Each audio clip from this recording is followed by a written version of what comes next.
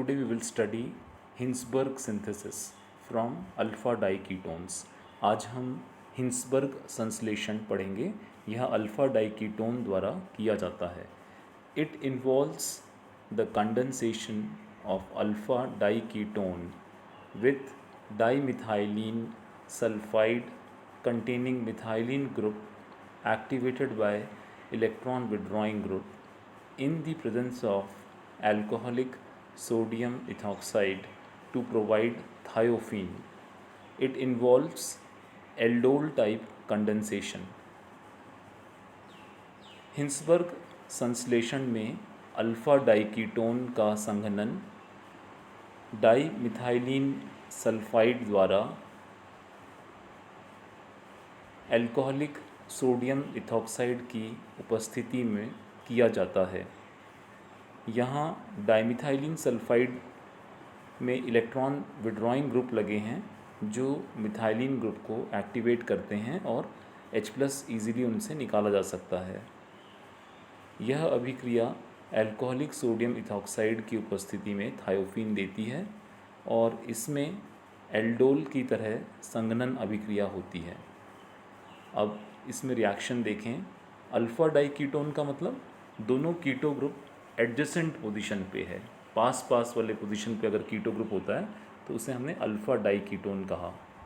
Alpha diketone की reaction आप देख रहे हैं। डाईमिथाइलिन सल्फाइड मतलब S के दोनों तरफ CH2 ग्रुप हैं और उनके आगे COO-C2H5 एस्टर ग्रुप लगा हुआ है।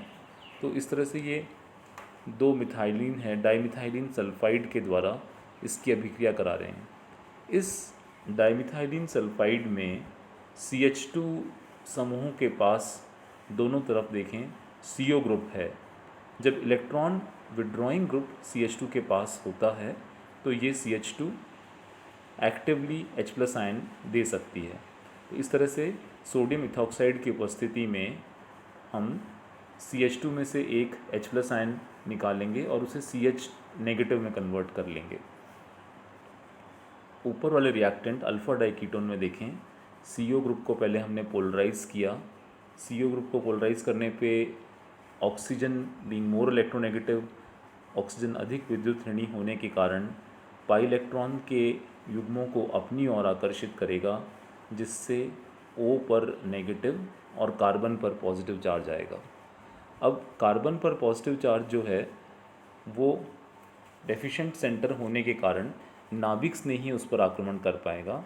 सोडियम इथॉक्साइड की उपस्थिति में जो नीचे वाला रिएक्टेंट है जिसमें सल्फ़र के दोनों तरफ मिथाइलिन ग्रुप है उसमें हम लेफ़्ट वाले मिथाइलिन ग्रुप का H+ निकाल के ऊपर CO ग्रुप में जो सिंगल बॉन्ड O डेवलप हुआ है O नेगेटिव उस पर OH बनाने के काम में ले लेंगे और जो CH2 में से H निकलने के बाद CH नेगेटिव बचेगा वो CH नेगेटिव कार्बोनिल कार्बन जिस पर कि धनावेश आ गया है, positive centre electron deficient centre develop हो गया, वहाँ ये इलेक्ट्रॉन रिच न्यूक्लियोफाइल उस पर अटैक करके बॉन्ड बना पाएगा।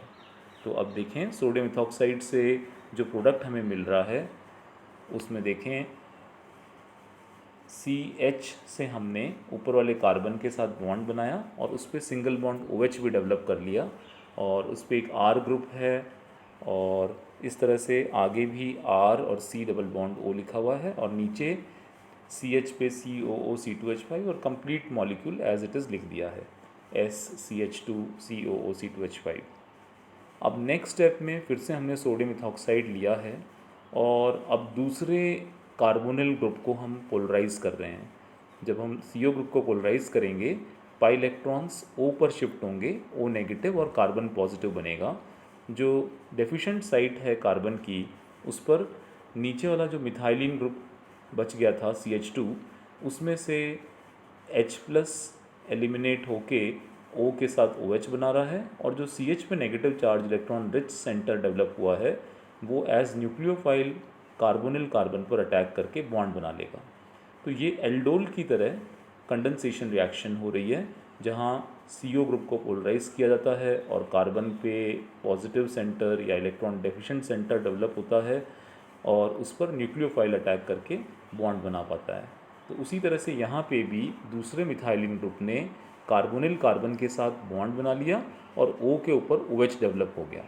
अब आप देखें जो प्रोडक्ट स्क्वायर ब्रैकेट में नीचे लिखा है उसमें सल्फ़र के दोनों तरफ कार्बन पर CH रह गया है, मिथाइलिन ग्रुपों में से H+ आयन निकल के और कार्बोनिल कार्बन के O के साथ OH बनाने के काम आ गया और यहाँ CH रह के और न्यूक्लियोफिलिक होने के बाद ये दोनों कार्बोनिल कार्बन पे बॉन्ड बन गए।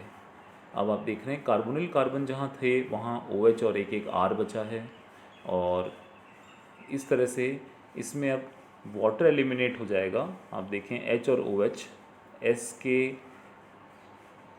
सल्फ़र से 1 और 2 और 3 पोजीशन पे से H और OH यानी कि अल्फ़ा और बीटा पोजीशन पे से H और OH एलिमिनेट होके वाटर एलिमिनेट होगा और जिससे कि डबल बॉन्ड डेवलप हो जाएगा। अब ये 2H2O एलिमिनेट होने से जो प्रोडक्ट आया है उसमें देखें ये थायोफीन डेरिवेटिव बन गया है जहाँ पर कार्बन कार्बन के बीच में डबल बॉन्ड आ गया है और इन पे सब्स्टिट्यूएंट्स लगे हैं। ऊपर तो 2 R सब्स्टिट्यूएंट लगे हैं और नीचे COO C2H5 लगा हुआ है।